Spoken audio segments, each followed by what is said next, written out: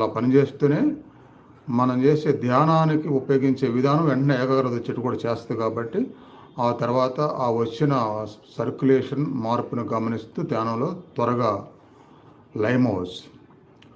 దానికి నేను ముందు ప్రాసెస్ మొత్తం ఎక్స్ప్లెయిన్ చేస్తాను, చేయాల్సిన విధానము.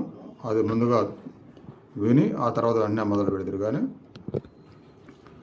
చేతి వేళ్ళల్లో మీకు ఈజీగా గుర్తుండటానికి ప్రతి వేలికి ఈ పాయింట్లో ఒకలా నొక్కుతూ, అంటే ప్రెస్ చేస్తూ, గోరు టచ్ అయినా పర్లేదు, ప్రెస్ చేస్తూ ఇక్కడ మొదలుపెట్టిన ఆ ప్రెస్లో వచ్చినటువంటి స్పందనని చేతిలో నుంచి మిడిల్ బాడీ మొత్తంలోకి మనసు తీసుకెళ్తూ నిండుగా శ్వాస తీసుకోవడం. మళ్ళీ స్లోగా వదిలేయటం.